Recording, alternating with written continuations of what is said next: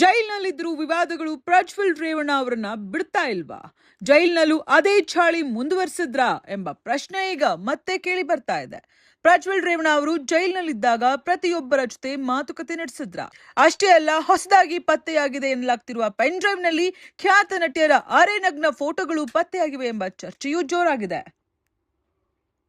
ಈಗಾಗಲೇ ಲೈಂಗಿಕ ದೌರ್ಜನ್ಯ ಪ್ರಕರಣದಲ್ಲಿ ಜೈಲು ಸೇರಿರುವ ಮಾಜಿ ಸಂಸದ ಪ್ರಜ್ವಲ್ ರೇವಣ್ಣ ಅವರ ವಿಚಾರ ಮತ್ತೆ ಸುದ್ದಿಯಲ್ಲಿದೆ. ಜೈಲಿನಲ್ಲಿದ್ದ ಸಂದರ್ಭದಲ್ಲಿ ಪ್ರಜ್ವಲ್ ರೇವಣ್ಣ ಅವರು ವ್ಯಕ್ತಿಯೊಬ್ಬರ ಜೊತೆ ಸಂಪರ್ಕದಲ್ಲಿದ್ದರು ಎಂಬ ಆರೋಪ ಕೇಳಿ ಬರ್ತಾ ಇದೆ. ಈ ಆರೋಪದ ಬೆನ್ನಲ್ಲೇ ಮತ್ತೊಂದು ಪೆನ್ ಡ್ರೈವ್ ವಿಚಾರವು ಮುನ್ನೆಲೆಗೆ ಬಂದಿದೆ. ಈ ಪೆನ್ ಡ್ರೈವ್ ನಲ್ಲಿ ಹಲವು ಫೋಟೋಗಳು ಮತ್ತು ಇತರ ಡಿಜಿಟಲ್ ದಾಖಲೆಗಳು ಇದ್ದವು ಎಂಬ ಮಾತುಗಳು ಹರಿದಾಡ್ತಾ ಇವೆ. ಅದರಲ್ಲೂ ಕೆಲ ಖ್ಯಾತ ನಟಿಯರ ಅರೆನಗ್ನ ಫೋಟೋಗಳು ಪತ್ತೆಯಾಗಿವೆ ಎಂಬ ಆರೋಪ ಸಾಮಾಜಿಕ ಜಾಲತಾಣಗಳಲ್ಲಿ ಚರ್ಚೆಗೆ ಕಾರಣವಾಗಿದೆ. ಆದ್ರೆ ಈ ಫೋಟೋಗಳು ನಿಜವಾಗಿಯೂ ಪೆನ್ ಡ್ರೈವ್ ನಲ್ಲಿ ಪತ್ತೆಯಾಗಿವೆಯೇ? ಅವು ಪ್ರಜ್ವಲ್ ರೇವಣ್ಣ ಅವರಿಗೆ ಸಂಬಂಧಿಸಿದ್ದೆ? ಜೈಲಿನಲ್ಲೇ ಅವರು ಯಾರ ಜೊತೆ ಸಂಪರ್ಕದಲ್ಲಿದ್ರು?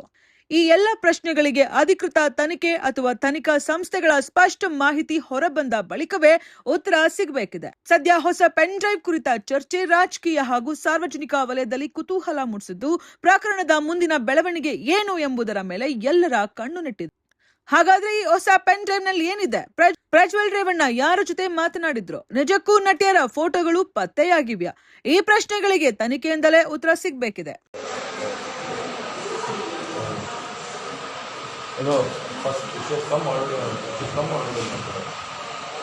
ನಾನು ಅವ್ರಿಗೆ ಫೋನೇ ಮಾಡೋಕ್ಕಾಗಿದ್ದಿಲ್ಲ. ಮೊನ್ನೆ ಮಾಡಿದೆ ಹತ್ತು ಕೂತ್ಕೊಳ್ಳೋಣ. ಅದೇ ನೀನು ಫೋನೇ ಮಾಡಿಲ್ಲ, ಏನು ಮಾಡ್ತಾ